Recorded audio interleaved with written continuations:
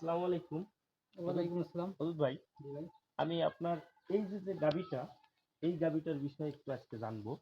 সেটা হলো যে আপনার এই গাভীটা সর্বসাকুল্যে এই গাভীটার বয়স কতদিন আপনি আমরা বের করে নেব। তার আগে বলেন এই বীজটা দিছিল কিনা? এই গাভীটা যে এই যে গাভীর পেটে বাচ্চাটা হয়েছে এই বাচ্চাটা দিছিল কিনা? বীজটা দিছিল কিনা? বীজটা আপনার হাতে দিয়ে দেওয়া হবে। আমার হাতে দেওয়া, আমিই দিছিলাম। আমি ব্রাকে আই করি বাকি নিয়ে বাটিকা মারি। জি, ঠিক আছে। এইটা যে দিছিলাম এই বাচ্চাটা হইলে কয় মাস পরে এই গাভীটা এই বাচ্চাটা আবার ডাকছে, বকনাটা ডাকলো?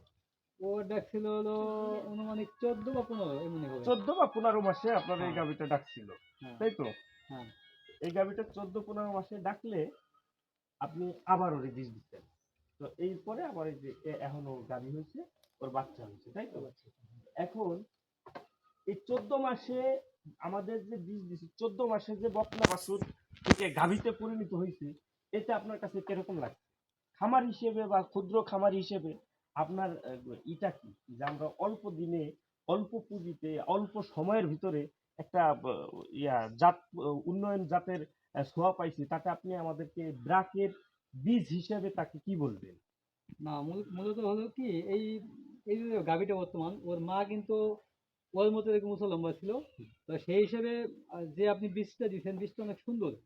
ওই হিসেবে আমার যেহেতু এই গাভীটার বয়স কম, হুম। সেই কম হিসেবে কিন্তু গাভী সেই ওর মার মতোই হয়েছে। হ্যাঁ, তা হোক। আর হয়েছে আর প্লাস দুধও বাড়তি। ওর হুম, মা যেমন দুধ হয়েছে তার থেকে দুধও বাড়তি। হুম, হুম। তো একটু যে সব মিলিয়ে মোটামুটি আলহামদুলিল্লাহ ভালো, সব দিকেই ভালো। সব দিকে ভালো। আর বর্তমান যে বাছুরটা হয়েছে সেটাও ভালো। হুম। এরকম জাতেরই মোটামুটি সব দিকে আজকে আলহামদুলিল্লাহ অনেক আজকে ভালো। আপনাদের আপনাদের এলাকা ভিত্তিক একটা কথা বলি, সেটা হলো কি, যদি ভালো মানের বীজ রোপণ না করা যায় তাহলে ভালো মানের ফসল হয় না, এটাই সত্য। এটাই স্বাভাবিক। যেমন আপনার 5,000 টাকা পিএজির দানার আলি আছে, 8,000 টাকা পিএজির দানার আলি আছে, 2500 টাকা পিএজির দানার আলি আছে। 2500 টাকা দানার হালি যখন আপনি খোলা দেবেন তাহলে সেই পিএজ আপনার 40 মন বরাদ্দ ফলতে কষ্ট হয়ে যায়। আর 5,000 টাকাটা 60 মন হয়, 8,000 টাকাটা 100 মনে হয়। 80 মন 100 মন হয়। গুড। তাইলে সেই হিসেবে সর্বপ্রথমে আমরা কিসে হিসাব করব? আমরা হিসাব করব ভালো মানের যে বীজটা, সেই বীজটা যদি দিতে পারি তাইলে আমরা ফসল ভালো পাবো।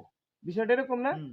আচ্ছা, তাহলে সেই হিসেবে আপনার যে এই বীজটা আমি দিয়ে গেছিলাম, দিয়ে যাওয়াতে আপনি আপনি বাছুর হয়তো বাছুর ছোট যে সময় হয়েছে সেই সময় আপনার কাছে ছোট মনে হয়েছে বাছুর, কিন্তু যে 14 মাসে ডাক আসবে এটা কিন্তু আপনি কখনো না ভাবেন না নাই, এটা কল্পনা করিনি। তাই না? ও 14 মাসে যে ডাক আসবে এটা কিন্তু আসলে আপনি কখনো ভাবেন নাই। আচ্ছা, 14 মাস পরে ডাক আসছে, আমি একবারই বীজ দিছি, বীজ দিলে সে একটা দামড়া বাছুর হয়েছে। হ্যাঁ, দামড়া একবারে বাছুরটা দিছেন একটু বীজ, নিচে করে দেখান। এই যে দামড়া একবারে বাছুরটা দিছেন, সুন্দর করে একবারে দেখান। একসে বইছে। দেন, আর একটু বুঝতে নিচে পারে। আসেন, আর একটু নিচে, আর একটু নিচে ভালো করে দেখেন, এই জায়গা থেকে ভালো করে দামড়া বাছুরটা দেখান আমাদের। হ্যাঁ, আমরা একটু দামড়া বাছুরটা দেখি। ওর বয়স কত হবে বাবা? এই যে 2 মাস সামথিং।